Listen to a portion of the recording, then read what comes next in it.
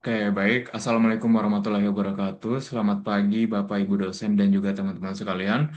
Perkenalkan, saya atas nama Muhammad Abdillah Muklis dari Paralel SP1 dengan NIM M0403241031. Hari ini saya akan mempresentasikan laporan final proyek desain pengalaman pengguna dengan judul Analisis dan Interaksi UX Aplikasi Maxim dengan task memilih metode pembayaran. Jadi proyek ini itu berangkat dari observasi sederhana mengapa pengguna itu sering ragu saat memilih cara bayar di Maxim. Mari kita bahas bersama.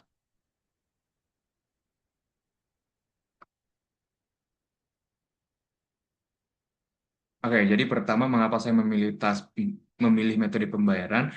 Nah, berdasarkan usability testing awal pada LKP Pertemanan 456 terhadap tiga responden Ariela, Dina, dan Seren, kami menemukan bahwa tahap pemilihan pembayaran adalah titik tertinggi terjadinya keraguan dan pembatalan pesanan. Nah, sebagai contoh kutipan dari Ariela mengapa metode pembayarannya itu cuma ini saja. Kemudian dari Sharon sendiri itu mengatakan di sini pilihannya cuma dua. Nah, sedangkan kalau lebih banyak mungkin lebih enak gitu. Nah, problem statement kami itu keterbatasan opsi pembayaran. Itu hanya dari Maxim sendiri itu hanya menyediakan dua saja yaitu tunai dan juga saldo Maxim. Itu menciptakan kognitif load yang tinggi dan keraguan emosional bagi pengguna yang tidak membawa uang tunai atau saldo kosong. Nah, untuk menganalisis ini tuh kami menggunakan dua teori dasar.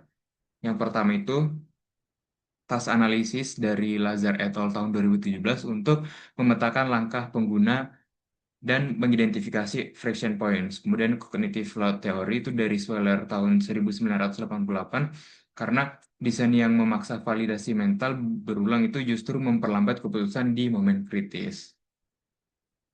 Nah, berikut di sebelah kiri ini tuh merupakan task flow dari aplikasi Maxim yang belum kami buat prototipenya. Jadi, aluran itu terlihat linear, ya, dimulai dari home atau berandanya. Jadi, kemudian input alamat, kemudian input tujuan, dan juga konfirmasi memilih metode pembayaran. Nah, di sini tuh sistem itu hanya menyediakan dua opsi, yaitu tunai dan juga saldo Maxim. Nah, jika pengguna tidak cocok dengan salah satunya, mereka itu harus keluar aplikasi untuk top up atau mencari ATM atau membatalkan pesanan atau mungkin mereka tuh harus terpaksa untuk memilih opsi yang tidak ideal. Nah, inilah yang kami identifikasi sebagai drop off point, momen di mana pengguna itu paling mungkin meninggalkan aplikasi. Nah, task flow ini tuh menjadi fondasi objektif bagi kami untuk merancang solusi yang tepat sasaran. Nah, kemudian ini siapa pengguna yang paling terdampak? Di sini saya merumuskan persona itu fokus pada mahasiswa mobilis, yaitu Dina. Dia seorang mahasiswa IPB berusia 20 tahun. Dia karakteristiknya jarang membawa uang cash, kemudian bergantung pada e-wallet seperti GoPay, OVO, dan juga Dana. Nah, dia berekspektasi fleksibilitas pembayaran seperti di Gojek atau Grab. Nah, dari perusahaan itu saya merumuskan point of view seorang mahasiswa yang sering menggunakan transportasi online membutuhkan metode pembayaran yang fleksibel saat memesan perjalanan karena kondisi pembayaran yang dimiliki itu dapat berubah tergantung situasi. Nah, insight utamanya itu keterbatasan pilihan pembayaran menciptakan friction emosional atau kecemasan atau keraguan yang lebih signifikan daripada friction fungsional. Jadi user itu tuh takut terjebak dalam perasaan yang tidak bisa mereka bayar. Nah, ini tuh bukan sekedar masalah fitur, tapi masalah kepercayaan. Nah, dengan problem yang sudah jelas, kami masuk ke tahap ideation untuk how might we-nya itu atau HME-nya itu kami pilih bagaimana kita membantu mahasiswa memilih metode pembayaran yang paling sesuai saat memesan transportasi online. Jadi, metode yang kami gunakan itu 2x2 matriks atau Lewis et al. Tahun 2018 itu pada halaman 155 hingga 158 di sini tuh mengapa metode ini tuh karena metode ini tuh memungkinkan prioritasi ide berdasarkan dampak versus usaha. Kemudian visualnya itu juga mudah dipahami dan fokus pada user impact dan visibility teknis dari 10 ide brainstorming itu di sini kami plot ke dalam 4 kuadran. Jadi di sini, jadi sumbu vertikalnya itu dia dampak terhadap kepuasan user semakin tinggi berarti eh, semakin Y-nya itu ke atas berarti dia itu lebih tinggi gitu. Kemudian juga sumbu horizontal itu usaha implementasi teknis tinggi atau rendah. Nah, hasil pemetaannya di sini untuk dampak tinggi usaha rendah, dia notifikasi peringatan dini atau smart alert. Jadi, alasan itu sangat mudah dibuat gitu. Hanya logika cek saldo sederhana atau UI pop-up gitu. Nah, dampaknya itu tinggi karena langsung memberi kejelasan kepada user sebelum mereka itu terjebak di halaman bayar gitu, mengurangi cognitive load secara instan. Dan juga eh, mode Ghost Checkout itu nah itu terjamin. Kemudian untuk major project yaitu dia dampaknya tinggi, usahanya tinggi itu di sini tuh integration e-wallet langsung seperti GoPay, OVO atau Dana dan juga bank-bank yang lainnya. Kemudian QRIS Universal in-app. Jadi alasan itu solusi itu sangat fleksibel, bisa bayar apa aja. Tapi implementasi itu kompleks karena harus memenuhi standar Bank Indonesia dan keamanan transaksi. Kemudian untuk fitur bayar nanti atau pay later. Alasan itu dampaknya tinggi bagi user cash poor, namun resikonya itu tinggi dan butuh sistem scoring kredit yang rumit. Kemudian untuk fill-ins dan juga money pit itu ide tuh seperti gamifikasi top up, split payment, visualisasi dompet di homepage dan juga chatbox AI yang cerdas. Nah, di sini tuh kami memilih dua arah solusi, yaitu Smart Alert sebagai quick win dan juga integrasi wallet sebagai strategis long term project. Jadi solusi ini yang kami kembangkan ke tahap prototipe itu eh, expandable payment kategoris tunai bank e-wallet. Mengapa solusi ini itu terpilih? Itu karena dia itu menjawab mental model mismatch dari Norman tahun 2013. Jadi user itu terbiasa dengan banyak opsi pembayaran, kemudian integrasi walletnya itu juga langsung menjawab ekspektasi ini. Kemudian juga mengurangi cognitive load itu tuh dari Swiller tahun 1988, yaitu Smart Alert itu memberi kejelasan sebelum user itu terjebak. Jadi user itu tidak perlu validasi mental berulang. Dia juga feasible untuk implementasi. Jadi dia itu tidak butuh integrasi API kompleks di tahap awal. Itu dapat dikembangkan juga bertahap, gitu. Kemudian berikut adalah prototipe solusi yang saya kembangkan. Value yang kami berikan itu ke pengguna itu dia transparansinya tuh lebih baik. User itu tahu ada opsi bank dan juga perbankan bergerak dan juga e-wallet sejak awal. Jadi tidak ada kejutan di tahap akhir gitu. Kemudian fleksibilitasnya terkendali itu banyak opsi tapi berkelompok dan juga dia rapih gitu, mencegah choice overload gitu. Jadi kalau misalkan dia memilih perbankan bergerak, dia hanya menampilkan nanti sub setelahnya itu dia hanya menampilkan perbankan bergerak. Begitu juga dengan wallet, ketika dia pilih wallet dia bakalan menampilkan beberapa pilihan dompet digital seperti iSapo, ShopeePay, Link Aja atau Astra Pay. Kemudian dengan begini juga dia dapat membantu user untuk keputusannya lebih cepat. User itu langsung klik kategori yang sesuai dengan yang mereka mau. Tidak perlu scroll panjang. Kalau misalkan dari awal sini itu sudah menampilkan 10 pilihan, itu tuh mereka bingung mencari apa yang mereka inginkan gitu.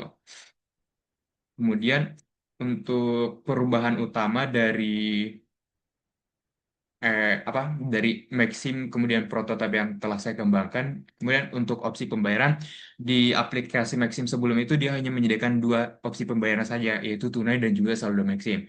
Nah, prototipe yang baru yang telah saya kembangkan di sini tuh saya menambahkan satu lah ada tiga kategori. Yang pertama itu tunai, bank dan juga e-wallet. Nah, kemudian tampilannya itu kalau dari Maxim sendiri tuh flat list.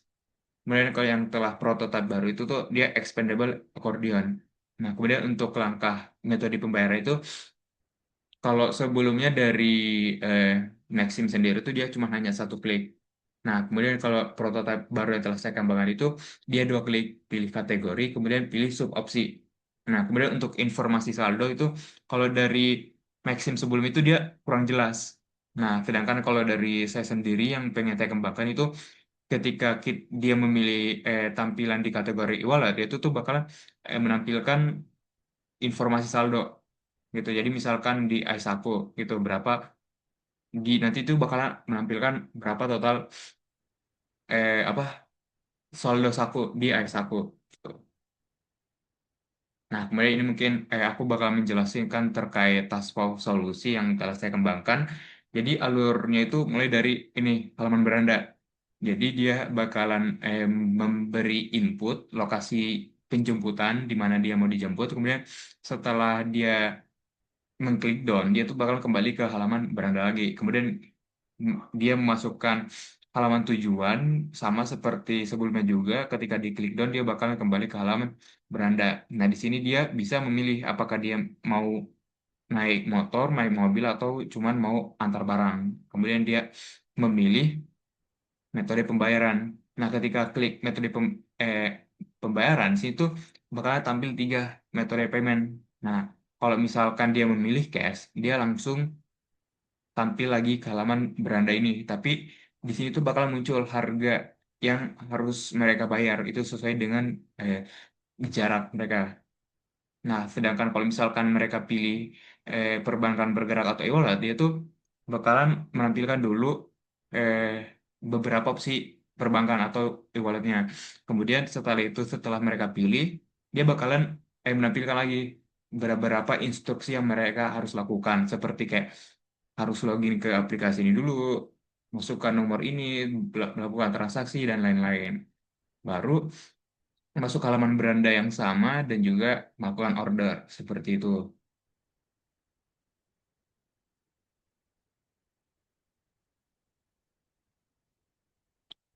Nah, kemudian di sini tuh desain sistem dan UI komponen yang telah kelompok kami gunakan. Jadi untuk memastikan konsistensi dan usability, kami merancang komponen UI berdasarkan prinsip-prinsip UX yang mapan. Jadi di sini tuh kami tetap menggunakan eh, hal yang sama dengan aplikasi Maxip sendiri. Kami tidak merubah entah itu dari warna, teks, dan juga yang lainnya karena kami tidak ingin menghilangkan ciri khas dari aplikasi tersebut. Nah, jadi di sini tuh untuk color palette yang kami gunakan, kemudian untuk bottom sistemnya juga sama seperti aplikasi Maxim. Begitu juga dengan icon. Nah, icon ini tuh untuk agar tampilan itu lebih menarik dan juga bukan hanya teks saja. Jadi itu eh, si user tahu oh ini tuh homepage, ini tuh kalau misalnya kita mau mencari sesuatu gitu. Kemudian ini untuk tipografinya di sini kita menggunakan eh, tipografi yang simple dan juga tidak agar apa lebih mudah dibaca oleh si user.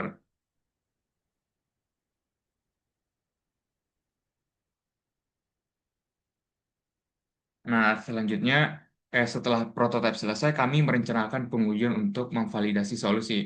Nah, jadi tujuan testing itu untuk memvalidasi apakah solusi expandable categories itu benar-benar mengurangi hesitation. Kemudian ukur task sukses rate dan time on task. Kemudian mengidentifikasi usability isu baru yang mungkin muncul. Nah, metode yang digunakan itu unmoderated remote usability testing via Mesh.go.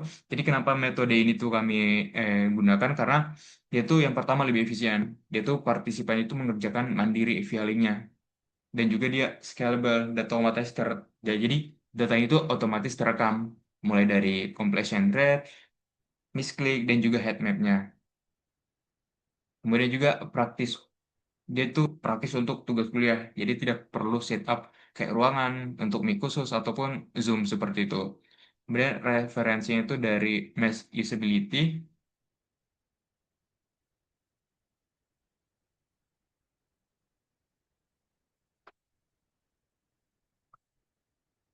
Nah, kemudian untuk profil partisipannya itu jumlah partisipan itu 5 orang. Itu tuh dari saran dari Nelson Norman Group Recommendation. Nah, kemudian karakteristiknya itu saya pilih usia 18 hingga 25 tahun, khususnya untuk mahasiswa. Karena usia tersebut itu lebih sering menggunakan aplikasi transportasi online. Kemudian pernah memakai transportasi online lebih dari sama dengan 3 kali dalam 6 bulan. Kemudian juga tidak selalu membawa cash. Kemudian mix 2 power user maxim, 2 casual user, dan juga 1 new user. Kemudian untuk matriks yang digunakan untuk mengukur keberhasilan, untuk matriks kuantitatif, task success rate-nya itu targetnya itu lebih dari 80%. Kemudian time on task-nya itu targetnya itu 120 detik untuk pemesanan transportasi. Jadi mulai dari halaman dashboard hingga pesan selesai itu kurang dari 120 detik. Kemudian error rate-nya itu targetnya itu kurang dari 1 error per partisipan. Kemudian single ask question itu skornya itu lebih dari sama dengan 5 dari 7. Kemudian untuk metrik kualitatif yang pertama itu confidence level itu skornya itu lebih dari sama dengan 4 dari 5. Untuk variable frustration itu kurang dari 2. Nah, jadi untuk skenario pengujiannya, jadi di Mas.Dotto itu saya memberikan skenario pengujian seperti berikut. Jadi, Anda ingin memesan kendaraan Maxim untuk pergi kampus. Nah, saat ini tuh Anda tidak membawa uang tunai yang cukup. Nah, silahkan pesan kendaraan dan pilih metode pembayaran yang paling sesuai dengan kondisi Anda saat ini. Nah, jadi untuk durasinya itu 15 hingga 20 menit per partisipan untuk perangkat yang dibutuhkan itu laptop atau HP pribadi dengan koneksi internet, dan juga platform itu Mesh.co.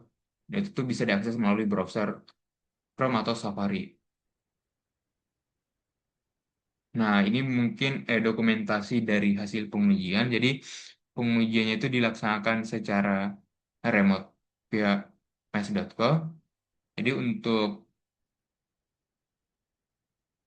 di sini tuh ada screen recording otomatis via Mesh. Di sini tuh clickpath analysis. Di sini tuh ada 5 jalur berbeda. Jadi itu mereka tuh ada memilih apa menggunakan mobil, menggunakan motor, seperti itu. Kemudian juga di sini ada tampilan sukses rate-nya, drop off ataupun misclick rate-nya. Di sini juga ada durasi dari tiap-tiap user. Nah, hasil dari user testing sendiri itu untuk hasil kuantitatif dari pengujian itu untuk sukses rate itu 100%, 5 dari 5 user itu tuh berhasil. Nah, ini tuh sangat memenuhi dari target. Nah, yang targetnya itu lebih dari sama dengan 80%, dan yang berhasil itu 100%. Itu tuh bisa bilang sangat tercapai tentunya. Kemudian untuk drop off rate itu hasilnya 0%, kemudian targetnya 0%. Dia itu sempurna. Jadi itu si user yang mencoba itu tidak eh, keluar untuk mengganti gitu, untuk ganti ke aplikasi lain. Kemudian untuk misclick rate-nya itu di sini kita lihat hasilnya itu 34% dari target itu kurang dari 20%. Jadi dia tuh di sini tuh agak tinggi, lumayan tinggi. Jadi user itu sering salah klik. Nah, kemudian juga di sini tuh kebingungan di kategori payment. Jadi user itu bolak-balik layar sebelum menemukan opsi yang tepat. Nah, selain data objektif, kami juga mengukur persepsi subjektif melalui kuesioner. Di sini tuh ada untuk surveillance score-nya itu dari targetnya lebih dari 5/7, itu hasilnya 5,4/7. Itu statusnya tercapai. Begitu juga confidence level, dia juga tercapai, dan juga certification juga tercapai. Nah, temuan kualitatifnya itu 60% partisipatif itu mengatakan ia sangat mudah untuk menentukan kategori pembayaran. 60% menyatakan opsi sudah memadai. Kemudian 20% satu usernya lagi itu merasa opsinya itu terlalu sedikit. Tuh.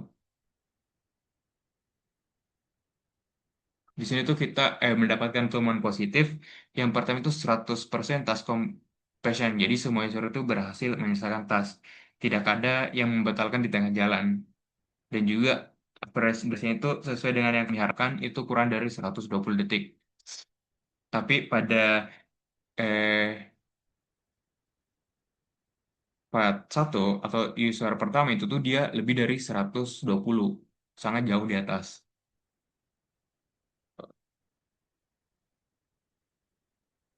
Kayak selanjutnya selain data objek,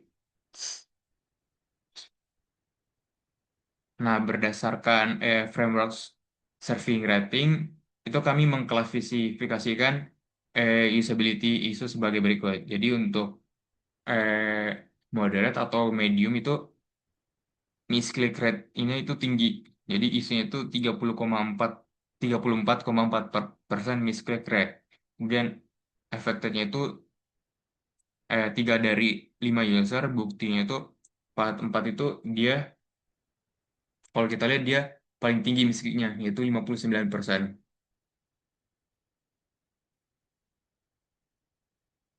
Kemudian isu juga itu user itu tidak paham perbedaan bank dan juga perbankan bergerak. Nah, di sini tuh ada yang mengatakan bahwa bingung yang mana bisa diklik gitu. Jadi itu mereka tuh masih kurang tahu bahwasanya tuh ketika mereka klik ini tuh dia bakalan menampilkan beberapa pilihan opsi bank. Nah, maka dari itu rekomendasi perbaikan dari saya sendiri untuk high priority atau yang segera itu perlu tambah visual signifier pada kategori. Jadi masalahnya itu tadi user itu tidak tahu kategori itu bisa di-expand. Nah, solusinya itu tambah icon chevron atau yang segitiga yang menyamping atau ke bawah ini di sebelah tulisan bank atau e-wallet. Jadi itu menambahkan logo tadi atau pilihan tadi itu tuh di samping tulisan-tulisan ini agar bisa tahu bahwa ini tuh bisa diklik gitu. Kemudian bisa mungkin menambahkan subtle animation pada saat hover atau tap. Kemudian bisa juga menambah text helper seperti klik untuk lihat tampilan. Tapi tulisan itu dibuat lebih buram atau lebih apa ya, lebih terang lah daripada teks ini. Betul. Kemudian juga perjelas selected state. Jadi masalah itu user itu tidak yakin sudah memilih metode pembayaran. Jadi solusinya itu background color-nya itu berbeda dari opsi terpilih. Atau bisa juga menambahkan checklist di sebelah nama payment. Kemudian teks terpilih itu atau label visual. Nah, jadi ekspektasinya jadi itu confidence level meningkat. Kemudian tadi kalau misalkan menambah visual signifier pada kategori itu, ekspektasinya itu misclick itu turun dari 34,4% menjadi 15%. Kemudian untuk medium priority itu yang pertama itu optimasi informasi saldo. Jadi itu mungkin dari aku sendiri aku pengen tampilkan saldo tersisa di samping nama e-walletnya. Seperti itu. Kemudian peringatan jika saldonya tidak cukup. Kemudian mungkin bisa sederhanakan label, ubah perbankan bergerak jadi mobile banking itu agar lebih familiar terdengar. Kemudian untuk low priority itu onboarding tooltip untuk first time user. Nah, refleksi dan validasi solusi. Apakah ada problem awal, apakah problem awal itu berhasil ditangani ya? Nah, jadi problem awal itu keterbatasan opsi pembayaran. Itu tuh menghasilkan keraguan dan kognitif load yang tinggi. Nah, validasinya 100% itu sukses rate. Jadi semua user itu berhasil menemukan metode pembayaran non tunai dan juga 0% drop off. Jadi tidak ada yang batal karena frustasi. Tapi waktunya itu terlalu lama dan mislead tinggi menunjukkan masih ada friction. Jadi UX Goals Assessment-nya ini tuh merupakan gabungan dari tabel-tabel tadi. Jadi untuk tes suksesnya itu lebih dari 80%, efisiensinya kurang dari 120%, error rate-nya itu kurang dari 20%. Nah, selanjutnya insight yang didapat. Jadi yang pertama itu tuh design thinking adalah proses iteratif bukan linear. Jadi itu solusi pertama itu tuh belum tentu solusi terbaik. Nah, kemudian asumsi awal expandable categories itu akan mempermudah user melihat banyak opsi tanpa overload. Kemudian realita testing. Jadi user itu justru bingung karena tidak ada penunjuk visual yang jelas. Gitu. Pelajarannya selalu validasi dengan user testing. Jangan hanya berdasarkan asumsi tim. Nah ini tuh referensi yang saya dapatkan itu dari Leurig et al. Tahun 2018 terkait ideation itu harus diikuti testing untuk validasi. Kemudian data objektifnya itu lebih dari opini subjektif. Jadi apa yang kita pikir jelas itu tuh belum tentu jelas bagi user. Nah, data mesh-nya itu 34,4% misclick rate. Kemudian juga 5 jalur berbeda untuk 5 user. Nah, insight-nya itu variasi mental model user itu lebih tinggi dari perkiraan. Nah, pelajarannya, observasi perilaku itu tuh lebih besar daripada wawancara retrospektif. Nah, referensi ini tuh dari Tulis dan Albert tahun 2022. Nah, terkait objective metrics lebih reliable untuk usability isu.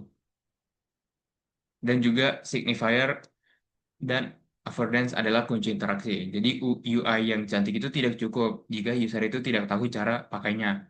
Nah, masalahnya itu user itu tidak sadar kategori itu bisa di-expand atau bisa diklik dan sebagainya. Nah, penyebabnya itu kurangnya visual cues atau icon panah, animation, dan label helper. Nah, solusinya itu dari saya sendiri mungkin bisa menambahkan signifier sesuai prinsip affordance dari norma tahun 2013. Nah, pelajarannya itu setiap elemen interaktif itu harus memberi petunjuk yang jelas. Nah, jika project nanti itu dilanjutkan, itu rekomendasi iterasi yang saya pengenkan itu sebagai berikut. Jadi prioritas tinggi itu menambahkan icon chevron atau panah pada kategori itu agar lebih jelas dan juga ekspektasinya itu miskliknya itu kurang dari 15%. Kemudian menampilkan dua atau tiga e-wallet populer langsung. Jadi biasanya tuh orang-orang tuh sering menggunakan GoPay. Jadi mungkin dari eh, halaman pemilihan metode pembayaran itu langsung menampilkan GoPay dan juga yang lain. Tiga atau dua tiga yang populer. Jadi dia tuh tidak perlu lagi klik dua kali gitu. Nah, kemudian juga untuk memperjelas selected state. Jadi itu eh, agar mereka tahu apakah mereka itu sudah memilih metode pembayaran atau enggak gitu. Untuk memperjelas gitu. Kemudian tambah smart default. Oke, jadi untuk kesimpulannya sendiri sebagai penutup berikut ringkasan penjelasan proyek yang telah saya rancangkan. Jadi untuk alur design thinking itu mulai dari empathize, define, ideate, prototype, testing, dan juga iterasi. Jadi apa yang berhasil? Nah, problem utama itu teratasi. Nah, keterbatasan opsi pembayaran, kini itu ada 3 kategori dengan 10, lebih dari 10 subopsi. Kemudian mental model mismatch itu user itu menemukan opsi yang mereka harapkan. Kemudian UX goals terpenuhi itu ada 5 dari 6.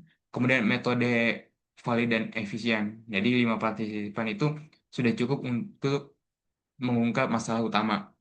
Kemudian Match.co itu memungkinkan testing remote yang praktis untuk tugas kuliah seperti ini. Kemudian ini juga beberapa referensi teori, mungkin dari empathize-nya itu untuk output kuncinya itu 3 user interview, usability testing, existing. Itu dari referensi teorinya dari Portugal tahun 2013 dan juga Gottman et al. Tahun 2012. Begitu juga dengan define, idiot, prototype testing, dan iterate. Untuk define itu persona mahasiswa mobilis, POV, dan juga HMW. Jadi itu dari Norman tahun 2013 terkait mental model.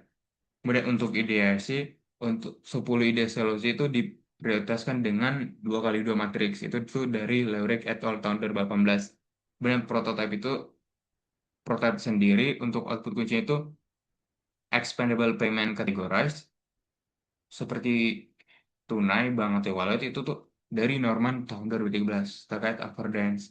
Kemudian untuk tahap tes itu 5 partisipan VMS itu 100% sukses, 98,2 detik rata-rata per waktu. Itu dari Tulis dan Albert tahun 2022. Kemudian untuk iterasi itu rekomendasi perbaikan berbasis data. Itu saya dapat dari hal 2013, Just Enough Research. Kemudian yang masih bisa ditingkatkan itu misclick rate itu masih tinggi. Itu tadi 34,4%. Jadi user itu sering salah klik karena kurangnya signifier. Nah, solusinya untuk itu sama kayak tadi, itu tambahkan icon, animation, dan juga label helper. Oke, itu mungkin penjelasan dari saya terkait hasil proyek yang telah saya kerjakan selama ini. Kurang dan lebihnya mohon dimaafkan. Wabillahi taufiq wal hidayah. Wassalamualaikum warahmatullahi wabarakatuh.